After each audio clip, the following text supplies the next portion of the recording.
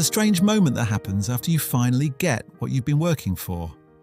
The job, the recognition, the chance you once thought was out of reach, and instead of pride, you feel panic. That's where Noor found herself, sitting in her new office, staring at her name on the door like it belonged to someone else. She'd worked hard for this. Every late night, every quiet sacrifice, and all she could think was, they must have made a mistake. If you've ever felt like you're faking your way through your own success, like someone's going to find out you're not as good as they think, this story is for you. Because imposter syndrome doesn't mean you're unqualified. It means you care deeply about getting it right.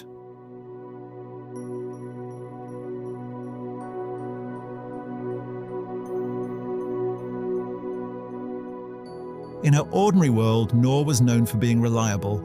She wasn't loud about her achievements. She just quietly got things done. People saw her as capable, but inside, she never quite believed it. Every compliment made her uncomfortable. Every success felt temporary, like luck. At home, her journal was filled with small notes. I don't know how long I can keep this up. They think I'm confident, but I'm terrified. It wasn't that she didn't have proof of her abilities, she just couldn't feel it. Her brain always found a way to explain it away. The call to adventure came on a random Tuesday. Her manager asked her to mentor a new hire. Just show her how you handle client strategy, he said casually. Simple, straightforward. But Noor froze. Me, a mentor? The word felt too big, too exposed. That one moment cracked something open. A quiet realization.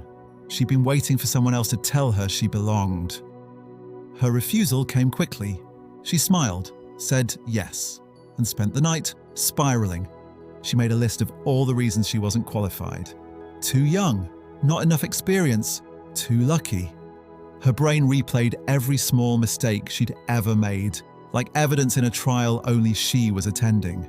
And underneath it all was a single thought she couldn't shake.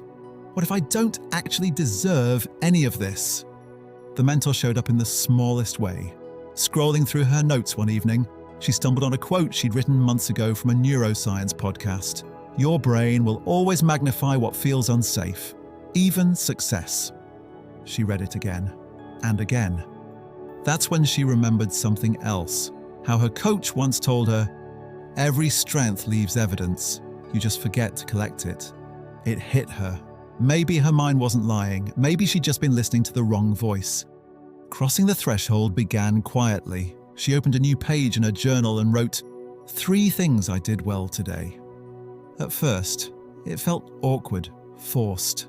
But she kept going. Small wins, small proofs, finishing a project early, giving clear feedback, calming a client. They didn't feel monumental, but over time they became something she could see. The tests came quickly. Some days she felt confident, only to spiral the next. One critical email could pull her back into self-doubt. And yet, she noticed something. The more she acknowledged her strengths, the faster she bounced back. She started catching her inner critic mid-sentence. When her mind whispered, "You just got lucky," she countered. "No, I worked for this. I can prove it." The approach to the inmost cave came a month later, when she had to lead a major client pitch, the kind that could define her role. Her old habits returned: panic, over-preparing, self-doubt disguised as being thorough. The night before, she couldn't sleep. She wrote in her journal, "I'm scared, but I've done this before. My strength is clarity. I make complex things simple." It wasn't a mantra. It was data, evidence she'd built herself. The ordeal arrived the next day. Halfway through, a senior executive challenged her, aggressive, dismissive. Her pulse spiked. Her throat tightened. The old voice whispered, "You don't belong here." But she took a breath and remembered, clarity is my strength. So instead of retreating, she slowed down, reframed his question, explained her reasoning simply, confidently. By the time she finished, the room had shifted. Not applause, not validation, just quiet recognition. For the first time, she felt like she belonged. Her reward wasn't the praise that followed, though it came. It was the calm afterward. The absence of that familiar voice saying she'd just gotten lucky. She realized she didn't need to feel confident to act confident. She just needed to trust her strengths long enough for her brain to catch up. The road back was softer. She began mentoring the new hire after all, and this time she told her something she wished someone had told her earlier. You don't have to be perfect to deserve your place. You just have to use what's already yours. They started keeping a proof list together, a quiet rebellion against self-doubt. Her resurrection came a few weeks later when she was asked to speak at a company panel about leadership. Standing backstage, she felt the familiar flutter of fear, but this time she smiled because she knew what it was.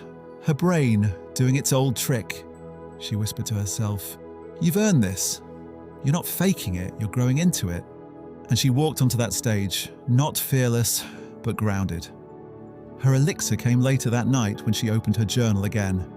Under the day's entry, she wrote, "Confidence isn't the absence of doubt, it's remembering the proof." Maybe that's what imposter syndrome really is. Not a flaw to fix, but a mirror asking you to see what's already there. So if you've been doubting your worth lately, ask yourself, what proof of your strengths have you been ignoring? What if the evidence has been there all along, waiting for you to trust it? Because your brain may lie to you, but your results don't.